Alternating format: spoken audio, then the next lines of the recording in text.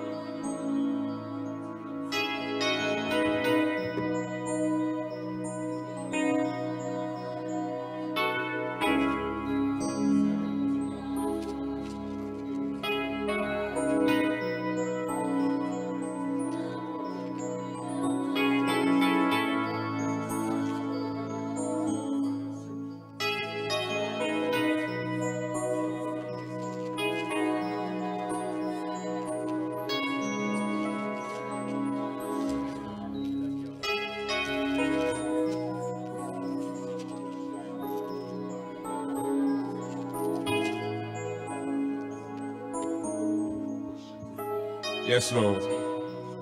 Merci pour ta présence. Merci pour ta présence, Seigneur. Est-ce qu'on peut acclamer le Seigneur? Acclame bien le Seigneur. Acclame bien. Acclame le Seigneur. Que Dieu soit béni.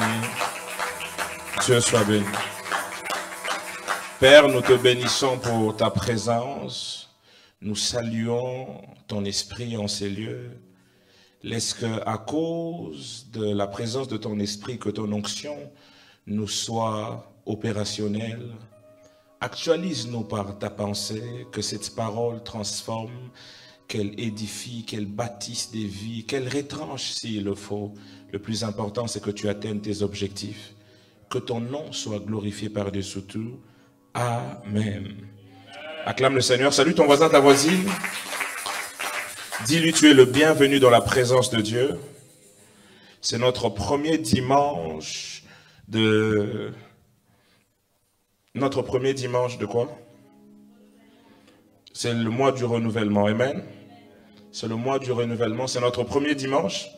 Je crois que le Seigneur nous fera énormément du bien. Amen.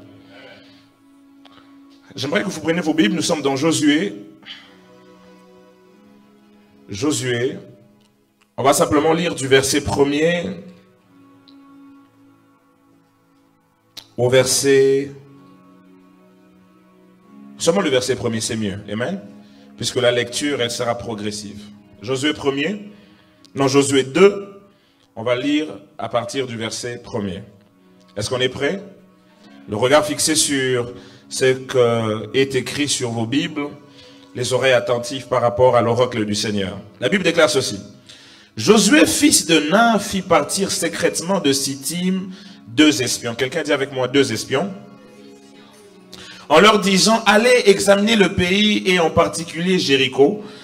La Bible dit, ils partirent et ils arrivèrent dans la maison d'une prostituée qui se nommait Rahab et ils y couchèrent. Quelqu'un dit avec moi, ils y couchèrent. Et on peut s'arrêter là. Quelqu'un est avec moi? La Bible déclare dans le livre de Romains, le chapitre 12, le verset 2, c'est Paul qui parle.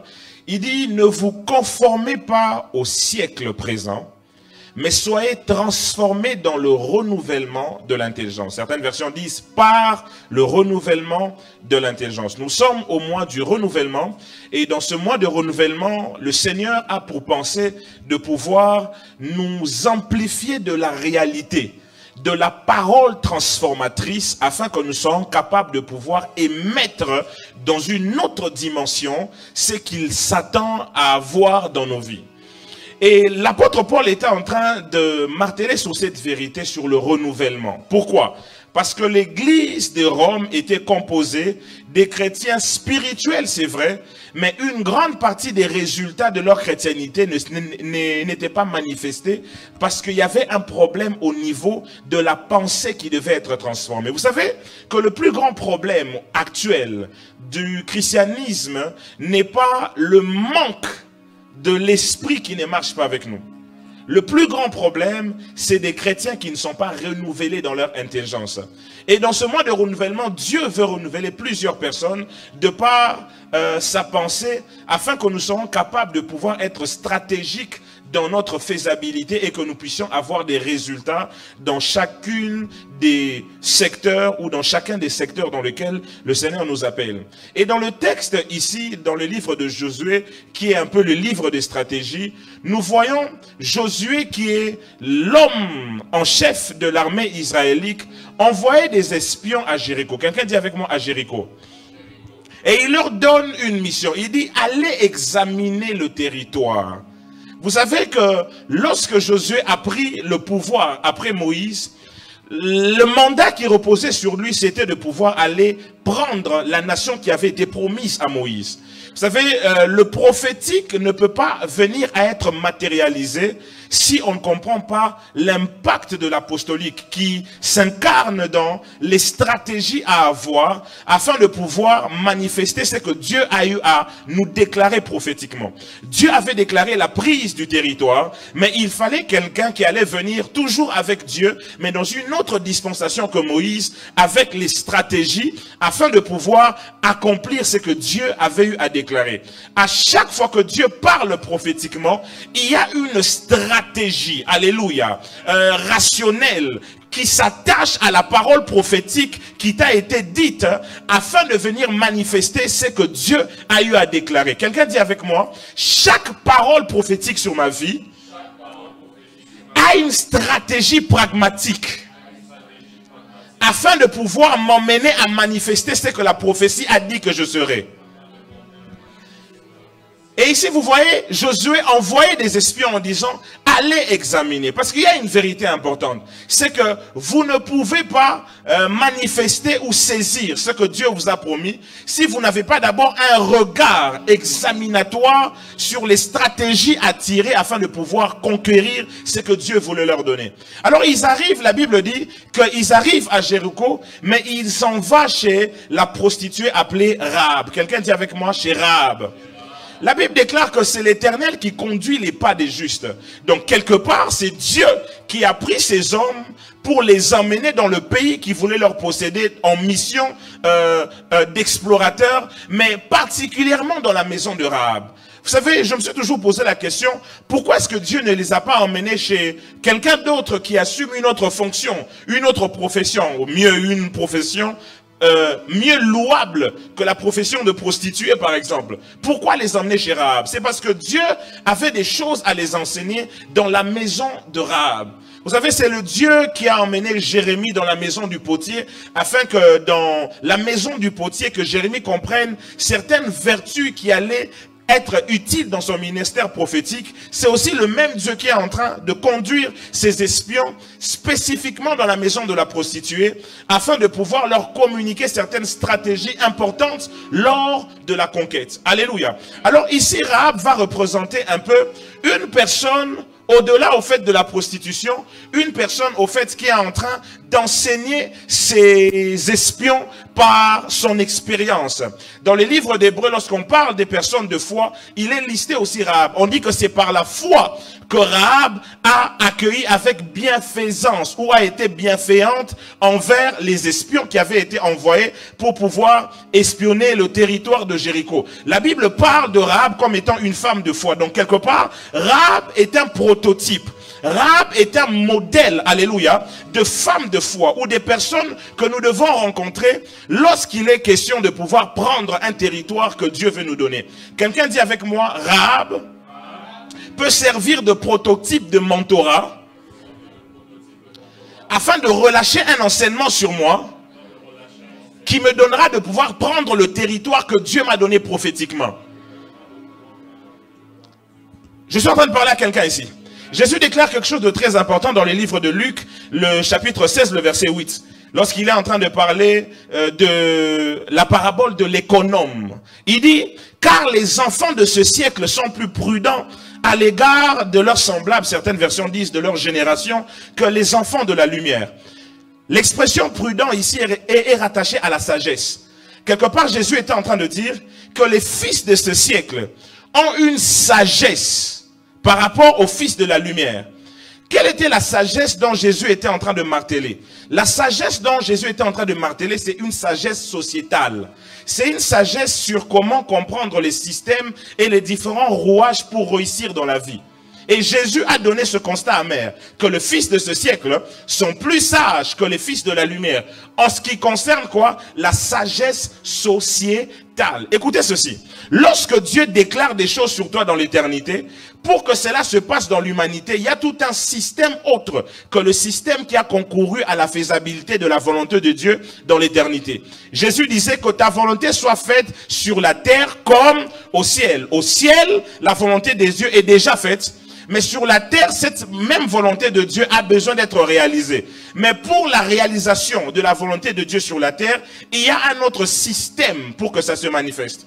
Rappelez-vous de Jésus qui est en train de parler à Pierre, il dit, je te donne quoi? Les clés du royaume. Ce que tu vas lier sur la terre sera lié dans le ciel. Dans le ciel, la même résultat ou les mêmes résultats ne sont pas fonction des mêmes faisabilités ou des mêmes schémas sur la terre. Sur la terre, Pierre a besoin d'une clé, mais dans le ciel, on n'a pas besoin d'une clé. Ok?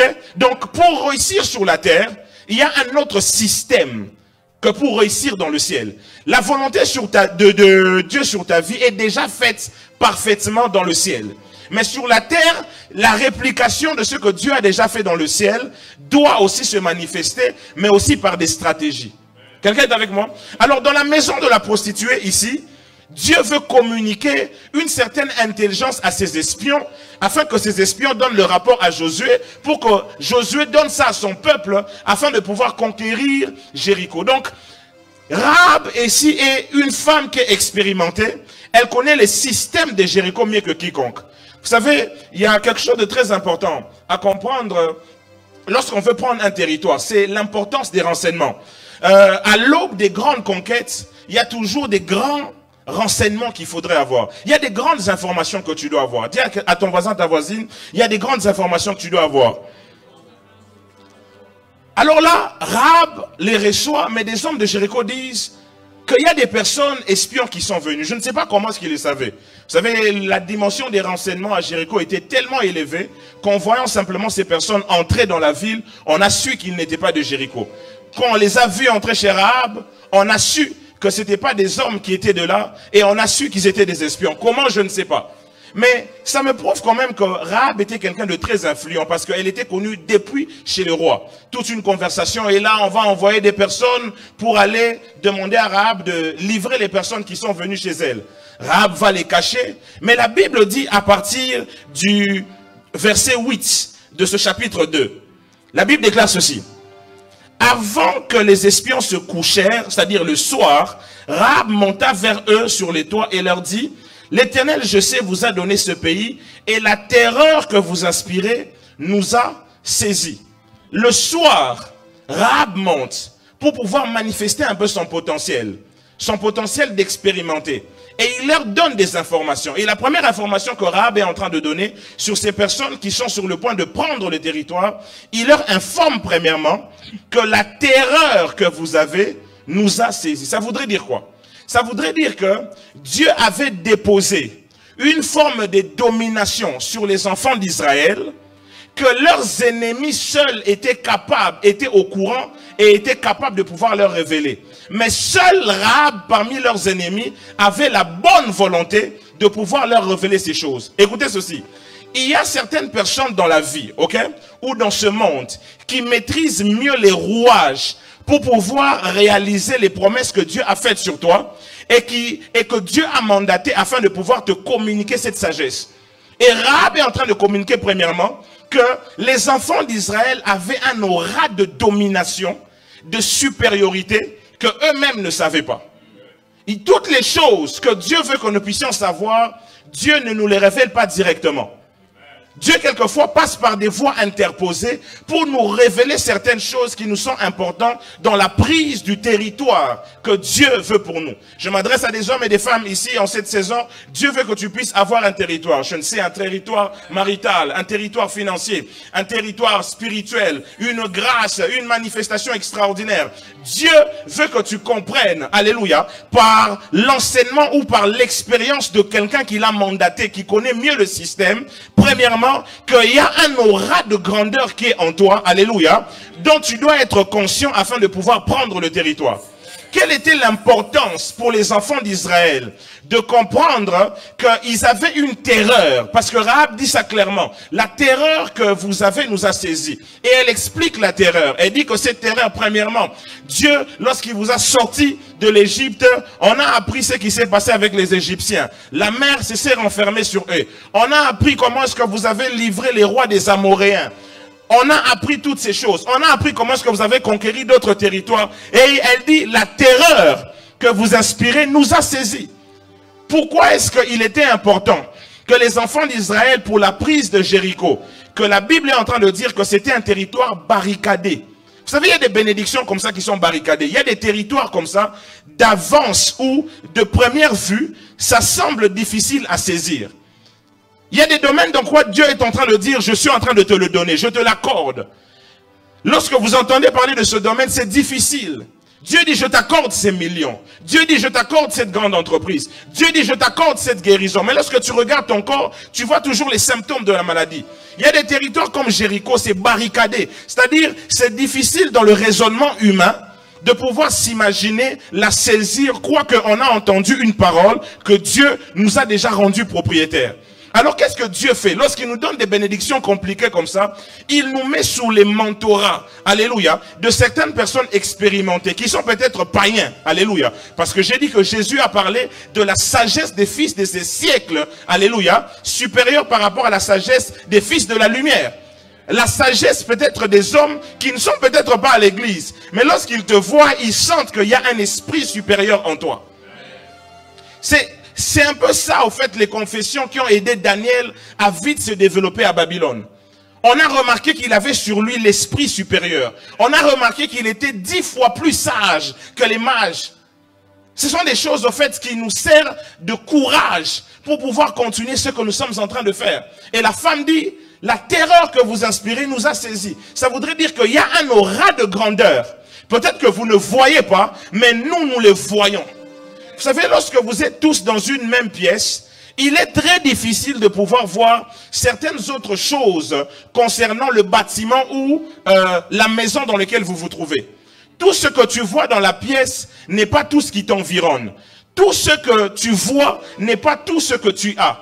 Il existe les rectos et les versos des choses. Alléluia. Et souvent, il est important de pouvoir entendre de la part de nos ennemis, de la part de certaines personnes expérimentées, alléluia, qui n'ont peut-être pas la mesure d'onction sur nous, qui n'ont peut-être pas la mesure de la grâce sur eux, mais qui peuvent voir par leur constat qu'il y a quelque chose dans la vie de cet homme, il y a quelque chose dans la vie de cette femme, et lorsque tu apprends ça, ça te donne le courage d'avancer.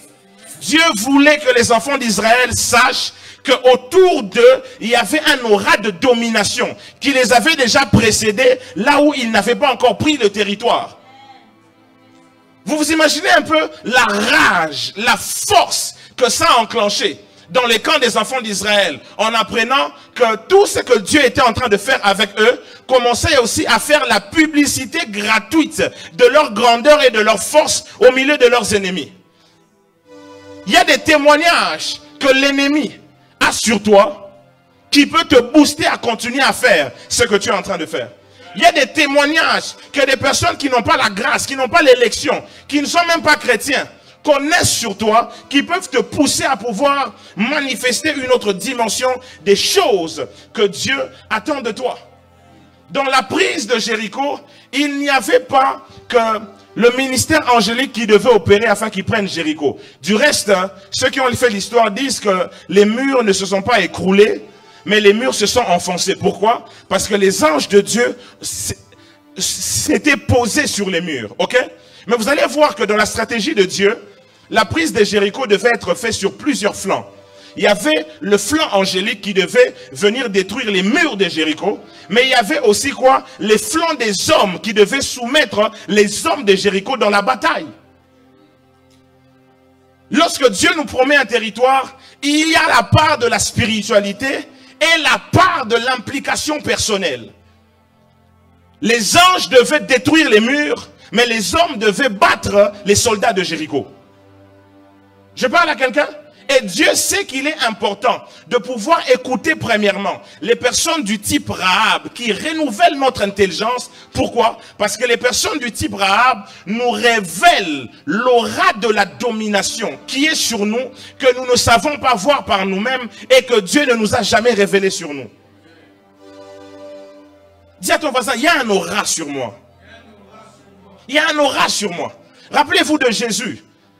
Guérissant les malades. La Bible nous parle de cette histoire de la femme à la perte des sangs. Cette femme, n'étant pas dans le ministère de Jésus, ou n'étant même pas parmi ceux qui suivaient Jésus autrefois, étant païenne peut-être par rapport à la doctrine que Jésus était en train de prêcher, dans la foule, elle est en train de se dire en elle-même, si je puis toucher le pan de sa robe, alléluia, je serai guéri. C'est une information que tous ceux qui touchaient Jésus, ses disciples et toute la foule de ceux qui l'entendaient quotidiennement, n'avaient pas avec eux.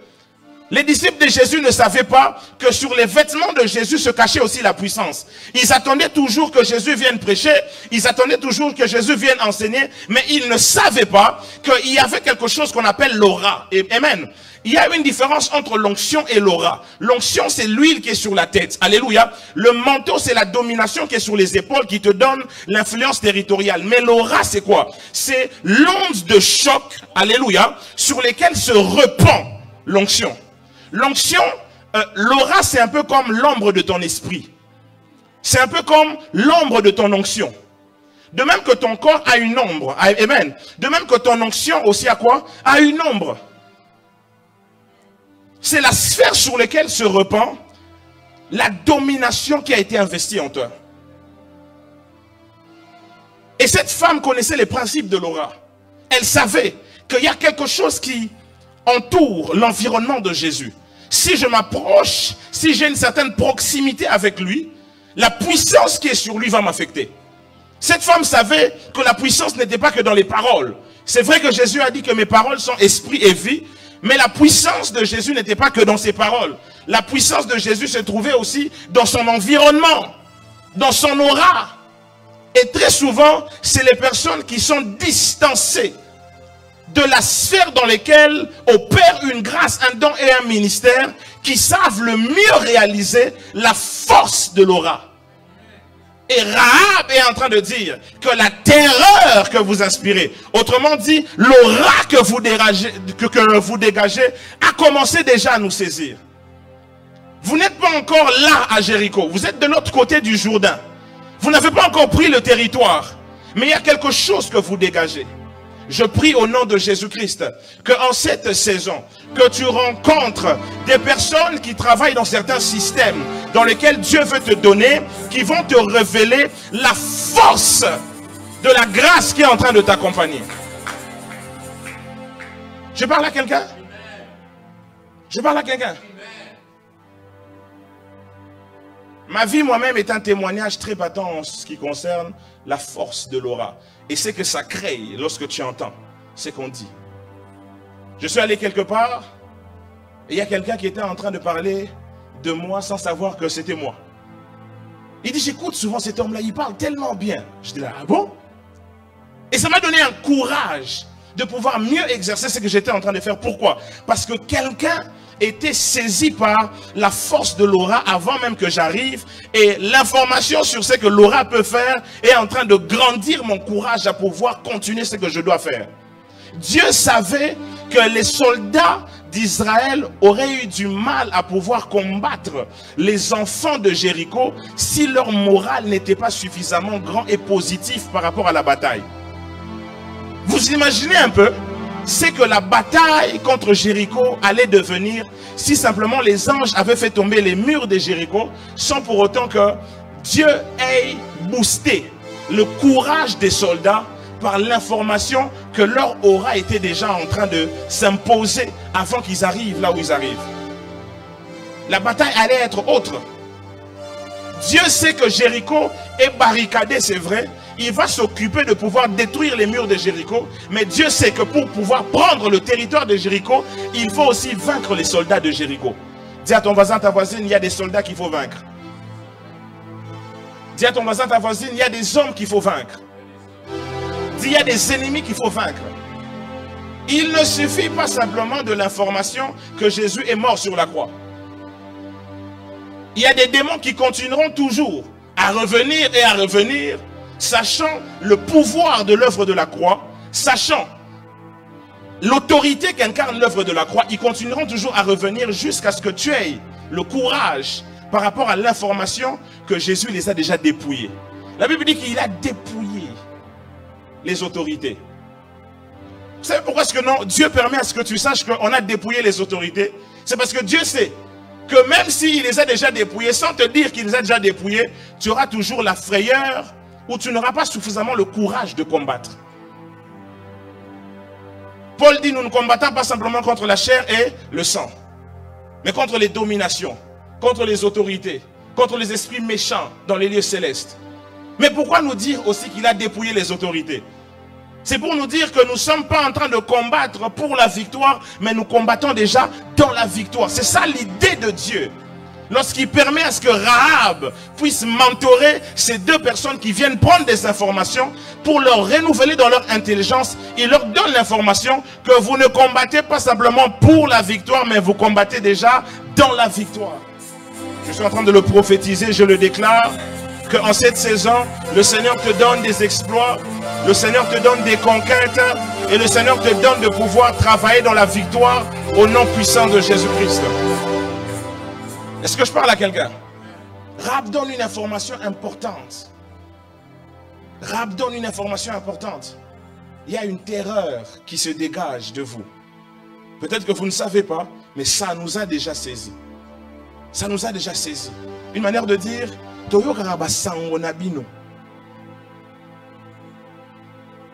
parle à quelqu'un?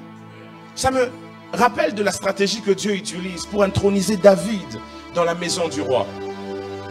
Lui, il était déjà sur lui, mais la Bible est en train de nous montrer que Dieu a introduit David dans la maison du roi au travers de quelqu'un qui n'est pas cité, qui a juste parlé en bien de lui, disant, je connais quelqu'un qui sait jouer de la harpe.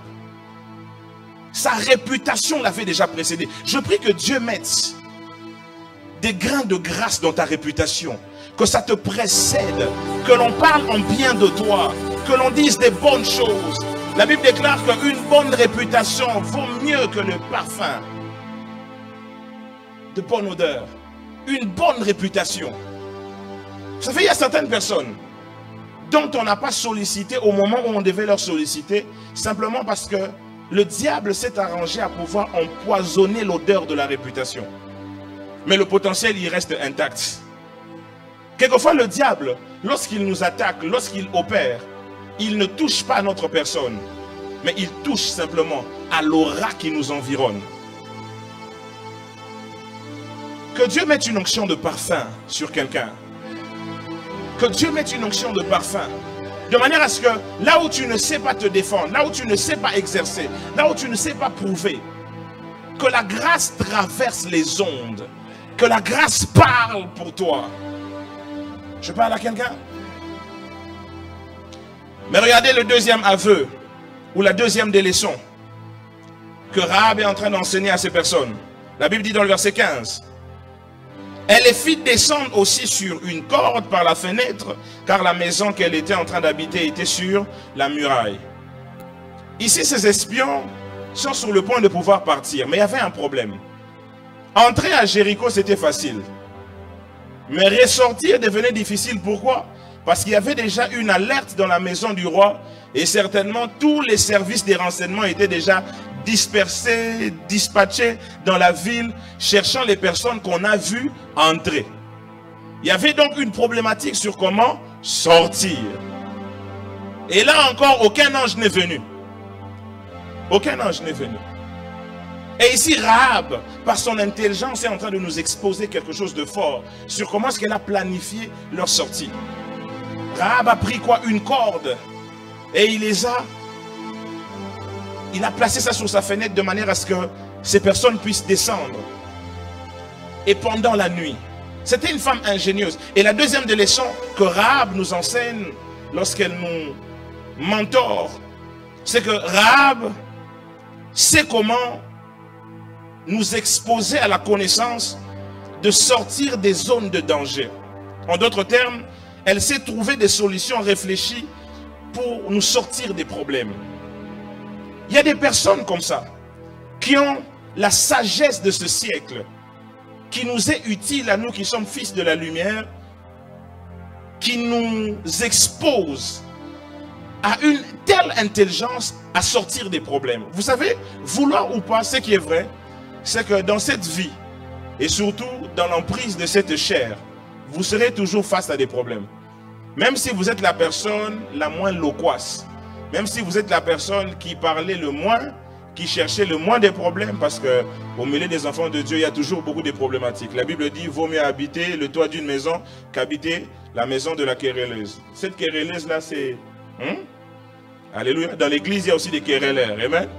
Paul parlait à Timothée, il dit, évite les querelleurs. Amen. Il y en a beaucoup, c'est vrai. Mais même si tu n'étais pas querelleur, et que tu étais la personne la plus calme, ce qui est vrai, c'est que l'évidence prouve que tu seras toujours face à des problèmes. Même si tu habitais une forêt, crois-moi sur parole, et que tu n'as pas des voisins, il y aura toujours un problème. Donc, il y a certaines personnes qui pensent que la solution pour éviter des problèmes, c'est aller s'isoler quelque part dans un coin reculé où personne ne le connaît. Il va aller habiter au milieu des Chinois. Ils vont toujours te créer un problème. La preuve en est que pour ceux qui ont pensé qu'être au milieu de certaines personnes qui sont comme toi, culturelles comme toi, ça crée des problèmes. Même lorsque vous allez là-bas, on dit, on sent seulement qu'il n'est pas d'ici. Le problème, c'est partout. Mais Dieu nous expose à une telle sagesse pour toujours résoudre à tous les problèmes de la vie. Et le système de Dieu, c'est de nous frotter à un renouvellement. Écoutez ceci. Le renouvellement de l'intelligence, ce n'est pas simplement méditer la parole de Dieu. Parce que très souvent, les gens pensent que quand Paul dit « soyez transformés par le renouvellement de l'intelligence », on pense que c'est simplement méditer la parole de Dieu chaque jour. Matthieu, Luc, Jean, non. Le renouvellement de l'intelligence, c'est comme un paquet qui expose toutes les stratégies par lesquelles Dieu peut passer pour nous communiquer une sagesse. Et ici, je parle des personnes rares, des mentors, qui nous exposent à un tel savoir sur comment sortir des problèmes. On était en train de les chercher partout. Vous savez, s'il y avait déjà la photographie à cette époque-là, il y aurait eu certainement leurs photos partout. Dans les supermarchés, il y aurait eu les photos de ces espions partout. Dans les banques, dans les ruelles, même dans les bus. Il y avait des photos partout. Ces deux personnes, nous les cherchons. Quand ils sont entrés, on a placé un statut sur eux disant que ce sont des personnes qui viennent d'un pays lointain certainement, mais on a quand même une preuve qu'ils sont entrés. Dans les services de renseignement de Jéricho, il y avait une preuve qu'il y avait des étrangers qui sont entrés. Mais c'était un problème de sortir. Alors Rahab est en train d'exposer la sagesse sur comment sortir. Elle prend une corde et pendant la nuit, elle les fait passer. Pourquoi? Parce que sa maison était dans la muraille. Dieu utilisera toujours des Rahab dans ta vie, des hommes Rahab, des systèmes Rahab qui vont t'exposer à une forme d'ingéniosité sur comment sortir des problèmes. Le sage Salomon était en train de déclarer dans Ecclésiaste 7, le verset 14, il dit qu'au jour du bonheur, réjouis-toi, mais au jour du malheur, réfléchis. Si c'était l'intention de Dieu de toujours te parler clairement comme ça, quand tu passes par des problèmes et de te donner la solution, il allait dire au jour du malheur, écoute la voix de Dieu. À l'église, nous avons beaucoup de pleurnichards, beaucoup de personnes qui sont victimes de la vie, qui attendent à ce que Dieu les babysitte par une onction particulière, là où Dieu est en train de s'attendre à ce qu'ils reçoivent de certaines personnes l'intelligence sur comment sortir des problèmes. Dis à ton voisin, ta voisine, recevoir des Rahab, l'intelligence sur comment sortir des problèmes. Le sage Salomon dit au jour du malheur, réfléchis. Il ne dit pas prie afin que Dieu te révèle sa volonté. C'est comme un jour, il y a une sœur qui vient me voir me disant, mon fiancé m'a quitté. Qu'est-ce que Dieu est en train de dire? J'ai dit réfléchis.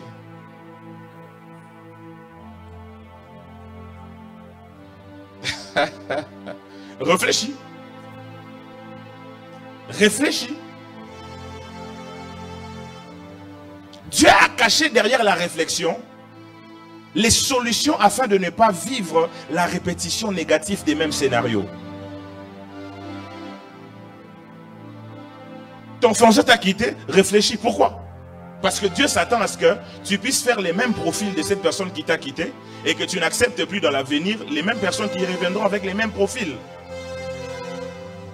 Daniel dit, il y eut une autre bête qui s'est levée dans la mer.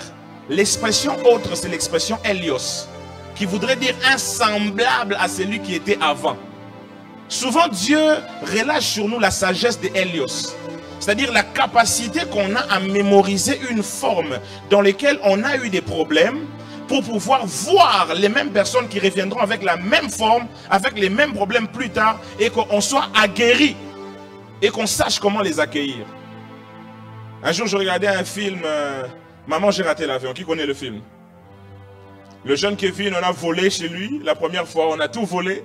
Et la seconde fois, il a su comment est-ce qu'ils opéraient. Il dit, cette fois-ci, je saurai comment les accueillir. Souvent, Dieu s'attend à ce qu'on fonctionne de cette même manière. En connaissant comment est-ce qu'on a expérimenté avant, on vient à avoir des résolutions qui nous aident à pouvoir avoir les meilleurs choix plus tard. Si c'était l'intention de Dieu, que tous les problèmes reçoivent une solution par une interprétation prophétique, Dieu n'allait jamais nous donner une pensée qui sait tourner et qui sait produire. Rappelez-vous de Adam. Dieu le crée, il le place dans le jardin, mais Dieu fait exprès de créer des animaux sur lesquels il ne va même pas donner des noms. Il ne donne pas des noms aux animaux, mais il a créé des animaux. Et ensuite la Bible dit, et il était en train de les emmener à Adam pour voir comment est-ce qu'il allait les nommer. Dieu est toujours spécialiste des problèmes. Il va toujours créer des problèmes afin de pouvoir checker l'intensité de ta capacité à réfléchir. Il y a des problèmes, si les diables ne créent pas ça, c'est Dieu qui va créer ça. Pourquoi? Parce que Dieu veut créer une augmentation des capacités enfouies qu'il a mis en toi, qui doivent être développées afin de pouvoir emmener des solutions. J'étais en train de dire, il n'y a pas très longtemps à un pasteur, j'ai dit, cette affaire de Covid ici est venue exposer à l'église combien impréparés nous étions par rapport à des grandes problématiques du monde. Si l'église n'a qu'une parole prophétique comme étant solution par rapport aux problèmes dans l'humanité, nous aurons échoué le ce pourquoi ce que Dieu nous a établi. Nous sommes une ville qui a été bâtie sur les montagnes. Pourquoi? Parce que Dieu veut que nous soyons modèles en tout et pour tout. Nous sommes celles de la terre, bon sang. Nous sommes celles de la terre. Il doit y avoir des scientifiques, il doit y avoir des médecins, il doit y avoir des politiciens, des agronomes, des ingénieurs, des femmes maraîchères, des femmes commerçantes. C'est ici l'église. C'est ici l'église.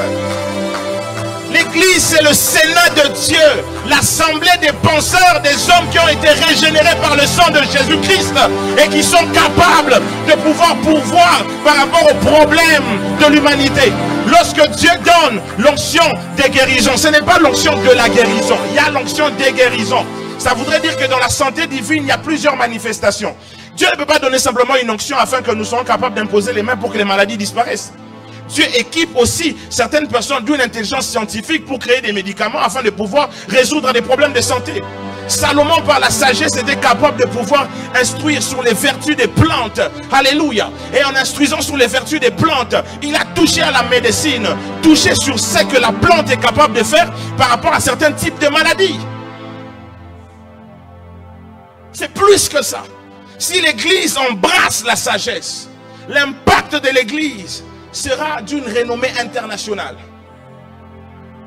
Parlons de la sagesse de Salomon. La Bible déclare que la reine de Saba a entendu parler de la sagesse de Salomon et elle est venue jusqu'à Jérusalem pour le tenter par des énigmes. Il y a une dimension de la portée de l'impact qui se relâche lorsque l'église s'ouvre à la sagesse de Dieu. Et les autorités dans les lieux célestes connaîtront par l'église la sagesse infiniment variée de Dieu. Dis à ton voisin, ta voisine, c'est ici que la sagesse des cieux se manifeste. Dis, c'est ici que le monde est censé tirer exemple de ce que le concepteur du monde veut qui se manifeste dans le monde. C'est ici. C'est ici. C'est ici. Les anges ne viennent pas dans l'église simplement dans le but de pouvoir voler, s'émouvoir de gauche et de droite, toucher, bénir, guérir. Non. Les anges viennent dans l'église aussi pour être enseignés. La Bible dit que les autorités dans le lieu céleste connaîtront par l'église la sagesse infiniment variée de Dieu. Quand on parle des autorités dans les lieux célestes, on parle des anges de Dieu qui viennent dans l'église pour connaître. Ils viennent dans l'église pour connaître. Il y a certaines places dans cette église dans lesquelles les anges sont assis. Pourquoi? Parce que Dieu n'a jamais exposé le mystère caché de tous les temps, à savoir Christ dans son fond et dans sa forme aux anges. Dieu les a exposés à nous les enfants, plus faibles de la création autrefois. C'est à nous que le mystère a été donné. Et c'est nous qui enseignons toutes les créatures de Dieu. Paul dit, ne savez-vous pas que vous allez juger les anges? Vous pensez qu'on parle de quel type d'anges? Les anges déchus? Non. Les anges de Dieu seront jugés par nous. Donne-moi un bon amen. My God, I feel the anointing of God here. Et Rahab est en train d'exposer la connaissance sur comment sortir des problèmes. Je prie que Dieu, en cette semaine, te fasse rencontrer ou fasse de toi une personne qui est guise comme Rahab, qui renouvelle une certaine intelligence sur comment sortir des problèmes. Que Dieu mette une forte habilité réfléchie en toi. Que Dieu augmente la teneur de tes réflexions. Que Dieu augmente l'intensité de tes réflexions. Que Dieu répande ici une sagesse logique, pragmatique, intuitionnelle. Que Dieu répande toutes les formes de sagesse. La sagesse au-delà des apparences. Je parle à quelqu'un ici. Que Dieu répande toutes les formes de sagesse. Les sagesses de lumière telles qu'on voyait en Daniel. Que Dieu répande tous les types de sagesse. Que tu connaisses tout.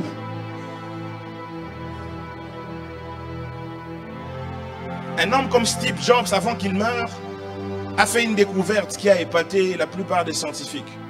Il dit, l'une des grandes découvertes que j'ai faites, c'est de découvrir l'immensité et l'infinité des rétentions qu'a le cerveau d'un homme. Ce que tu es, c'est juste extraordinaire. Je pense que quelquefois dans les églises, il faudrait, avant même qu'on parle du salut, qu'on insiste d'abord sur qui est l'homme. La grande question que David se pose, qui est l'homme pour que tu penses à lui? Il n'avait jamais eu de réponse. Qui est l'homme pour que tu penses à lui? Qui est l'homme? J'aurais posé la question à l'apôtre Jean lorsqu'il a écrit Jean 3,16. Car Dieu a tant aimé le monde qu'il a envoyé son Fils unique. L'homme n'est pas la seule créature de Dieu. Mais pourquoi Dieu donnait tant d'intérêt à l'homme? Pourquoi aimait tant l'homme? Pourquoi? Parce que l'homme est le chef-d'œuvre de la manifestation de Dieu. L'homme est le chef-d'œuvre de la manifestation de Dieu. C'est que l'homme est, c'est la manifestation de tout ce que Dieu peut créer, c'est-à-dire se répliquer lui-même.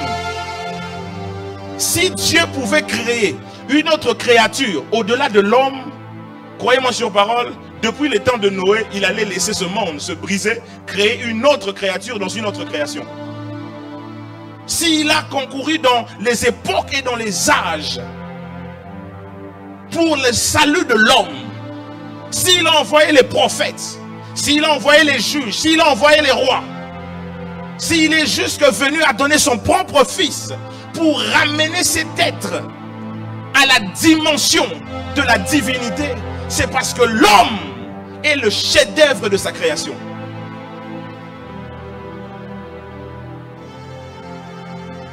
Et Dieu permettra toujours que tu sois frotté avec les Rahab. Lorsqu'on parle de renouvellement de l'intelligence, des personnes qui te font comprendre qu'il est possible que tu sortes de tous les problèmes de la vie par rapport à la puissance que Dieu a déposée au niveau de tes pensées. Et Rahab les expose à ça. Je parle à quelqu'un? Je me pose la question, combien de temps ça a pris à Adam pour pouvoir accepter la responsabilité de pouvoir nommer les animaux? Certainement, il était là dans les premières secondes, il dit, ah, comment tu peux me faire ça? Est-ce que moi je les connais? Est-ce que c'est moi qui les ai créés? Souvent, c'est comme ça que l'homme normal réfléchit. Pourquoi ça m'arrive? Pourquoi ça m'arrive? Pourquoi ça m'arrive? Pourquoi ça m'arrive? La Bible dit au jour du malheur, réfléchis. Ça voudrait dire qu'il y a une dimension des malheurs prophétiques qui arrivera dans ta vie, même si tu pries en langue, même si tu jeûnes, même si tu vis dans les forêts, même si tu vis dans les montagnes. Certaines personnes viennent dans l'église dans le but de ne pas connaître des problèmes, alors que dans l'église, vous rencontrez aussi celui qui a créé les problèmes pour des buts que les problèmes sont censés créer en vous. Dieu est le maître des équations. Je savais que tu n'allais pas me donner un bon amen. Quelqu'un est avec moi. Filgari. Écoutez ce qui se passe dans le verset 16. Comment est-ce que Rahab est en train de procéder? C'est que Rahab est en train d'enseigner. La Bible déclare ceci. Elle leur dit, allez du côté de la montagne, de peur que ceux qui vous poursuivent ne vous rencontrent. Cachez-vous là pendant 3 jours jusqu'à ce qu'ils soient de retour, et après cela, vous suivrez votre chemin. La Bible dit dans le verset 22, comme résultante de ce que Rahab leur a dit, ils partirent et arrivèrent à la montagne où ils restèrent 3 jours jusqu'à ce que ceux qui les poursuivirent furent de retour. Ceux qui les poursuivirent les ont cherchés partout dans les chemins, mais ils ne leur ont pas trouvé. Amen. Et les 2 hommes sont allés vers Josué afin de donner leur rapport. Dans cette 3e partie, ce que vous pouvez voir, c'est que Rahab les a aussi enseigné l'art du camouflage. Dis à ton voisin, ta voisine, le renouvellement de l'intelligence, c'est aussi de pouvoir recevoir de certaines personnes qui ont de l'expérience la capacité à pouvoir se camoufler. Qu'est-ce que je veux dire par là? C'est la capacité à pouvoir se cacher et à pouvoir cacher ce que nous avons dans certaines périodes dans lesquelles Dieu nous veut être passifs et non actifs dans la vie. Ces personnes étaient recherchées, non seulement dans la ville, mais aussi à l'extérieur de la ville.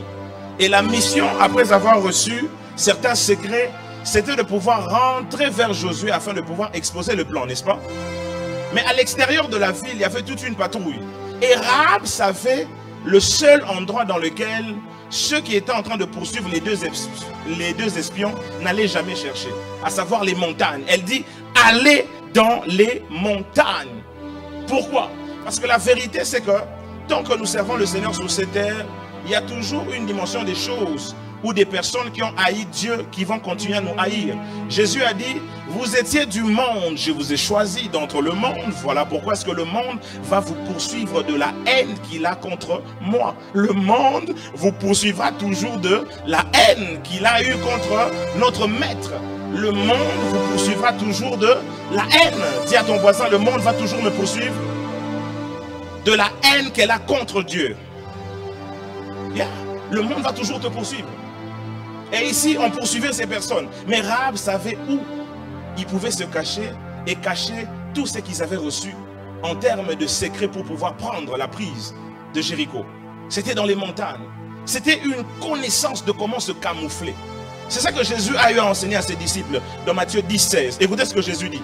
Il dit, voici, je vous envoie comme des brebis au milieu des loups. Je me suis arrêté à un moment. Comment est-ce qu'il nous envoie au milieu des loups, mais il dit que nous sommes des brebis? C'est quand même paradoxal, n'est-ce pas? Nous sommes des brebis et il nous envoie au milieu des loups. Quelqu'un aurait dit, mais c'est une mission suicide, Jésus. Les loups aiment la chair des brebis. Tu nous envoies au milieu des loups pour transformer les loups, mais tu nous envoies en tant que brebis. Jésus est en train d'enseigner ici qu'il existe l'art du camouflage dans les techniques de Dieu pour gagner ce monde. Nous sommes des brebis. S'il nous envoie au milieu des loups, c'est pourquoi? C'est parce que nous devons avoir une autre apparence que l'apparence des brebis. Voilà pourquoi à la suite il dit quoi? Soyez donc prudents comme des serpents. Certaines versions disent soyez sages comme des serpents. Il y a une sagesse, la même sagesse. Vous savez, on parle du serpent ici. Le serpent, c'est un peu un animal païen, hostile. Amen. Mais on reconnaît quand même qu'il a une prudence. Je vous ai parlé du texte où Jésus dit que même les fils de ce siècle sont plus sages que les fils de la lumière. Donc il y a une sagesse mondaine qu'il faut avoir, amen, comme camouflage pour pouvoir approcher les païens et de pouvoir les gagner au Seigneur. C'est comme ça que Paul était en train de dire, avec les Grecs, je me suis conduit comme les Grecs. Comme les Grecs, afin de les gagner. Je parle à quelqu'un. Il y a une sagesse de camouflage. Dis à ton voisin, ta voisine, il y a une sagesse de camouflage. Lorsqu'on parle du renouvellement, il y a une sagesse de camouflage. Beaucoup de personnes ont du mal à pouvoir atteindre les objectifs de Dieu parce qu'ils s'exposent selon leur nature ecclésiastique dans le monde de la même façon. J'ai raconté une histoire ici un jour, il y a une dame qui avait reçu des grandes promesses de Dieu que son restaurant allait s'accroître. Le prophète lui a dit, c'est moi, et s'il ne va pas passer, ton restaurant va s'accroître. Elle rentre, les restaurants n'étaient pas en train de s'accroître en termes de popularité et aussi en termes du capital qui était en train d'entrer. Les gens ne venaient pas manger là-bas. Elle rentre vers les prophètes, il dit, mais tu m'as dit que Dieu avait dit que les restaurants allaient s'accroître. Il dit, oui, oui, oui, Dieu me dit encore. Vous savez, Dieu n'est souvent pas lassé de répéter. Souvent, quand il se rend compte qu'on ne comprend toujours pas qu'est-ce qu'il veut dire. Un peu comme le jeune Samuel. Dieu l'appelle, il va voir Élie. Élie dit, ce n'est pas moi. Le petit va dormir. Dieu l'appelle encore, Samuel. C'était difficile. C'est lassant, n'est-ce pas? Oui. Dieu continuera toujours à te parler d'une certaine manière jusqu'à ce que tu comprennes comment répondre. Et qu'il amplifie une autre manière de te parler. Quand Samuel a su comment répondre à Dieu, la Bible dit que Dieu s'est présenté devant lui. Pourquoi ne pas se présenter directement devant lui? Pourquoi l'appeler et s'attendre à ce qu'il comprenne de manière indirecte qu'il y a quelque chose que tu veux qu'il puisse comprendre? Dieu ne dit pas tout, frère. De même que Élie était important pour la compréhension prophétique et la continuité du discours de Dieu à Samuel, de même, il te sera toujours important certaines personnes qui ont certaines expériences qui doivent te communiquer certaines sagesses. Et il y a ici ce que j'appelle la sagesse du camouflage que certaines personnes expérimentées doivent te donner. Je prie que Dieu te donne un mentor en cette saison. Un mentor dans le domaine dans lequel tu exerces. Paul était en train de parler même des jeunes filles. Il dit que les vieilles, que les femmes âgées s'occupent des jeunes filles. Vous savez, on a beaucoup de jeunes filles aujourd'hui qui veulent se marier mais qui ne s'occupent pas au fait de la sagesse que les vieilles dames leur disent. Il y a des choses que Dieu ne va pas vous dire. Le prophète peut te dire, j'ai vu la saison, ne passera pas, tu vas te marier. Attention, la prophétie du prophète peut se réaliser ou peut ne pas se réaliser si tu entends aussi le conseil de la vieille dame qui te dit, moi je suis déjà marié. Tu sais, pour qu'un mari te prenne, il faut que tu arrêtes avec tel comportement, que tu arrêtes avec que tu arrêtes avec ci, que tu arrêtes avec ça. Alléluia. Sinon ça peut te faire avorter quoi? La saison du mariage.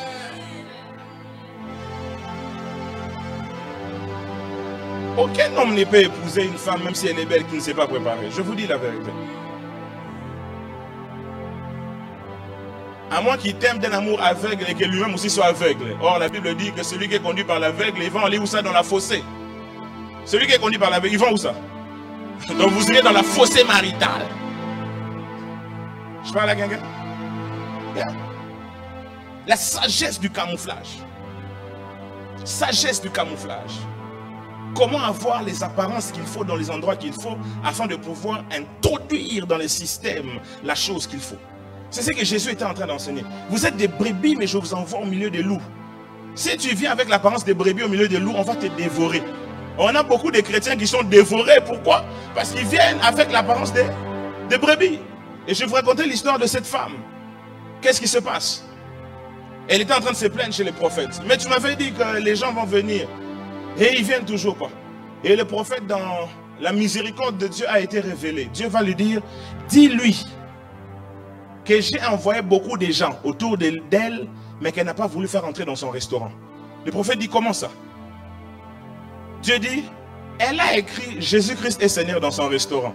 Maintenant, elle est en train de faire ça au milieu des musulmans. Comment les musulmans vont venir manger là-bas? Dis à ton voisin, nous ne sommes pas la lumière de l'église. Dis, nous sommes lumière du monde. Dis à ton voisin bien, dis à ton voisin, je savais qu'il n'allait pas te donner un bon amen. Dis, nous ne sommes pas lumière de l'église. Dis, nous sommes lumière du monde. Nous sommes lumière du monde.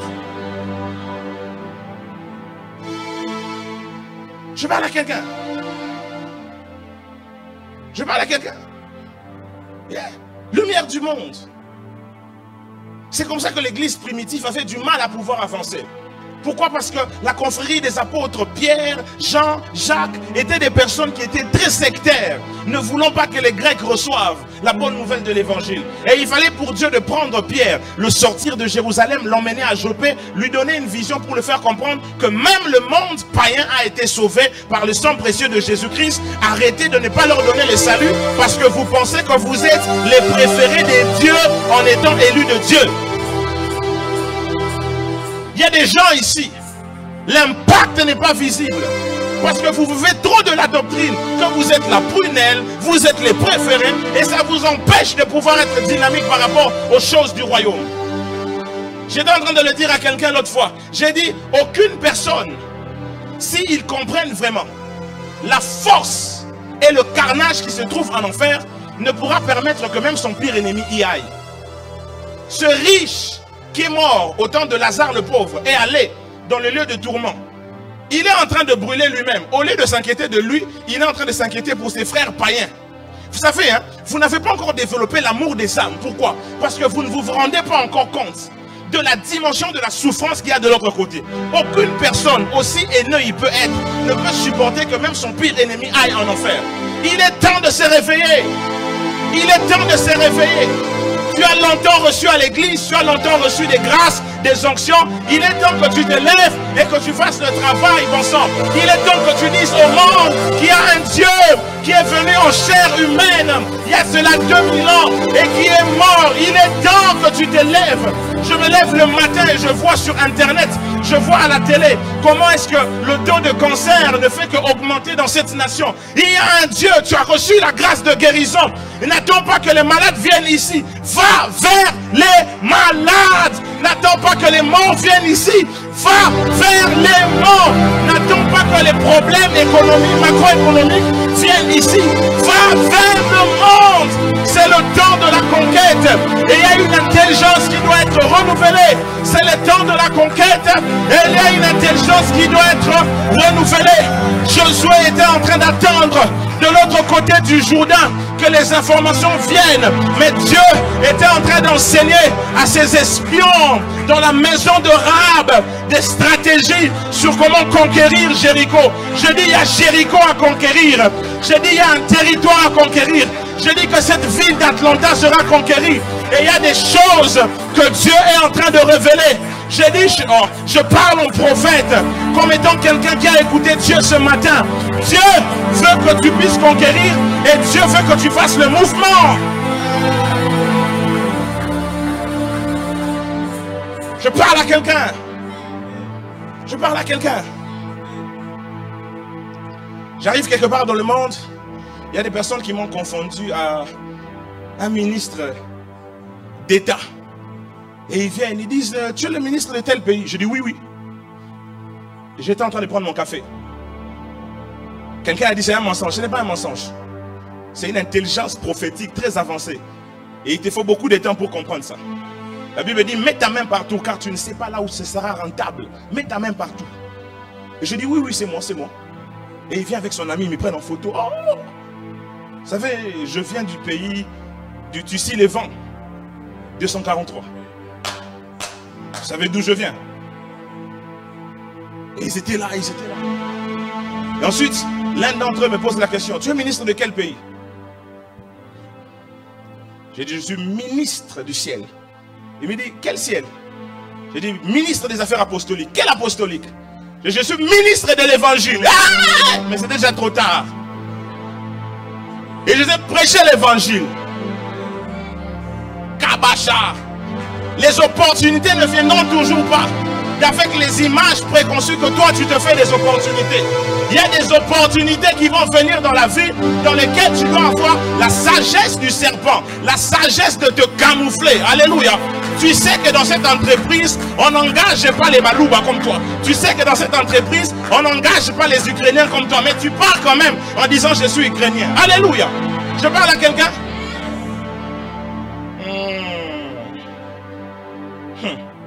Je parle à quelqu'un. Tu sais bien qu'il n'aime pas les femmes louba. Et tu lui dis déjà dans les premiers rendez-vous, tu sais, au fait, je vais te dire la vérité, quoi? Je suis louba. Non. Tombe d'abord sur mon charme. Et puis après, au fait, je suis louba. Mais c'était ça la sagesse d'Esther.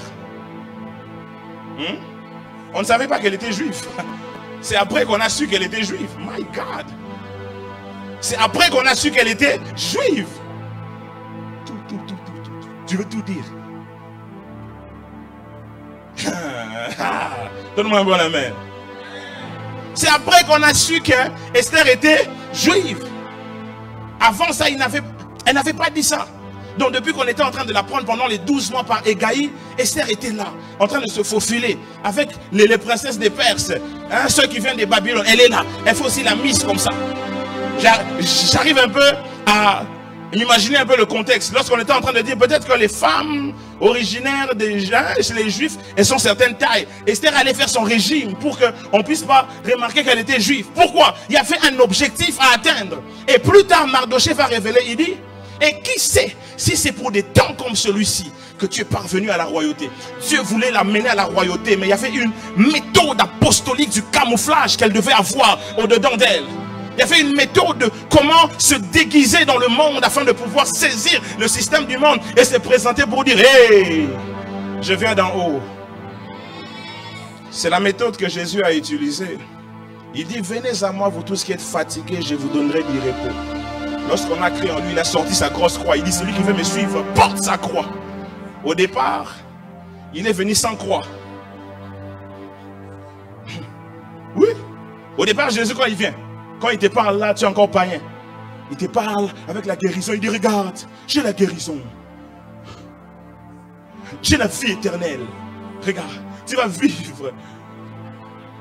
Regarde, j'ai les finances, l'or et l'argent m'appartiennent. Quand il vient, tu t'es converti. Allez, porte la croix. Allez, suis-moi. Suis-moi. Suis-moi. C'est la meilleure méthode de drague et d'approche. Toi, tu arrives et tu lui dis, je n'ai pas de travail. Hein? Un jour, j'étais en train de dire à un de mes fils qui est homme d'affaires. Je lui ai dit, quand tu as un rendez-vous d'affaires, si tu n'as pas de véhicule, va même louer un beau véhicule. J'ai dit pourquoi? Parce que les hommes ne vont pas voir dans ton esprit. Augmente-moi ça, je sens la présence de Dieu. Les hommes ne vont pas voir dans ton esprit. Ils vont voir de comment tu te présentes. Si tu n'as pas de veste, va même louer une veste. Mais pars dans ces rendez-vous bien habillé. Rappelez-vous de Jésus, ce qu'il est en train de donner, même sur cette parabole salutaire. Il dit que c'est comme ce maître de festin. Il a invité certaines personnes qui devaient venir. Ils ont refusé de venir. Il dit, ok, allez dans les villes, allez dans les carrefours, prenez-moi tout le monde. On a pris les perclus et toutes ces personnes, on les amène dans la fête. Mais lorsque les maîtres de festin sortent, ils voient qu'ils sont mal habillés. Et il les a chassés. Il y avait une méthode de camouflage. Jésus savait que ces personnes sont pauvres. Mais quand il les invitait, il voulait qu'ils comprennent de manière intuitionnelle qu'ils devaient bien s'habiller parce qu'il y avait un banquet éternel. Il y a des gens comme ça. Vous serez surpris que lorsque vous irez au ciel, vous allez vous plaindre, dire Seigneur, je n'ai pas impacté, je n'ai pas avancé, je n'ai pas progressé. Pourquoi? Parce que je suis né dans une famille pauvre, parce que je suis né dans une famille moins nantie, parce que je n'ai pas étudié. Dieu dira, je t'avais donné l'intelligence par le renouvellement des personnes avec qui je t'avais connecté, de pouvoir comprendre que tu manquais beaucoup de choses, mais tu devais être capable de pouvoir te revêtir d'une capacité pour que tu sois accepté, afin de pouvoir relâcher le potentiel qui est en toi. La Bible déclare dans le Proverbe 2, la gloire de Dieu c'est de pouvoir cacher les choses, et la gloire de roi c'est de pouvoir les sonder. Il n'y a aucune chose profonde que Dieu a mis en surface dans ta vie. Toutes les choses profondes dans ta vie sont cachées. Et Dieu permettra toujours la rencontre avec les rois qui vont sonder pour voir les choses grandes en toi, et ils vont te communiquer une intelligence qu'on appelle l'intelligence du camouflage, afin que tu aies la capacité de te revêtir de ta plus belle robe, de te revêtir de ton plus beau caractère, de te revêtir de tous tes atouts, afin de pouvoir impacter le monde. Je parle à quelqu'un? Je parle à quelqu'un? David, pour entrer dans la maison du roi, la personne qui était en train de faire sa publicité, il dit, je connais un homme, fils d'Isaïe, c'est un joueur de harpe. Il dit, en plus, il est beau. En plus, cette personne savait que pour être accepté chez le roi, il ne suffit pas d'avoir simplement Dieu et la grâce de Dieu. Il faut qu'on ait un grand CV. Que Dieu nous donne des personnes intelligentes autour de nous qui savent parler de nous, qui savent faire la bonne publicité afin qu'on soit retenu là où Dieu veut que nous soyons retenus. Dieu avait décidé au ciel que David devait être retenu dans la maison de Saül, mais il fallait que cette personne que Dieu utilisait ait l'intelligence de comprendre que dire que David n'est simplement qu'un joueur de harpe ne suffit pas pour qu'il soit retenu. Il y a beaucoup de joueurs de harpe. Dire que David est beau ne suffit pas, il y a beaucoup de joueurs de harpe qui sont beaux. Il faut dire beaucoup de choses. Il est élégant, il est éloquent, il est... Alléluia! Que Dieu donne dans cette saison des personnes qui savent un peu augmenter la dose. Pourquoi? Parce qu'ils ont la doctrine du camouflage. Comment il faut paraître afin d'être accepté. Je prie que Dieu te revêtisse de sa plus belle robe. Au nom de Jésus, lève-toi, on va prier. Je sens la présence de Dieu. Que Dieu te revêtisse de ta plus belle robe. Que Dieu te revêtisse de ta plus belle robe. Porte les habits de gloire et non les habits de deuil. Au nom de Jésus.